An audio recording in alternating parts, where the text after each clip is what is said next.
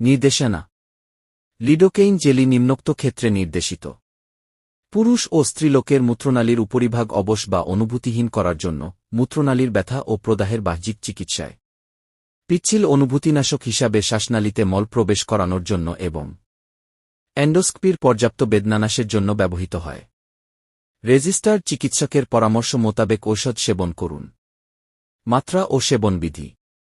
মূত্রনালী অবশ করতে প্রাপ্তবয়স্ক পুরুষের মূত্রনালীর উপরিভাগ অবশ, পর্যাপ্ত বেদনানাশের জন্য 400 মি.গ্রা দরকার।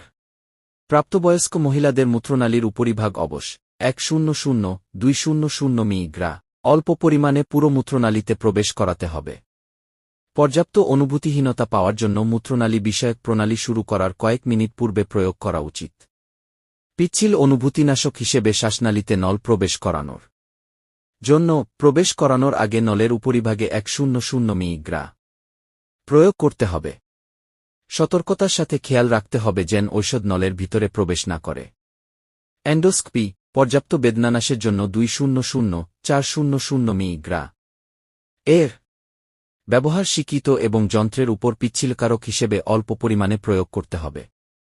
দুর্বল, প্রাপ্তবয়স্ক ও শিশুদের ক্ষেত্রে বয়স এবং শারীরিক অবস্থা বিবেচনা সাপেক্ষে ব্যবহার করা উচিত। বিস্দ্রোত জীবাণুমুক্ত করার জন্য অ্যাপ্লিকেটর ফুটন্ত পানিতে 5 মিনিট রেখে ঠান্ডা করে নলের সাথে যুক্ত করতে হবে। জেলি প্রয়োজন মতো ধীরে ধীরে প্রয়োগ করতে হবে।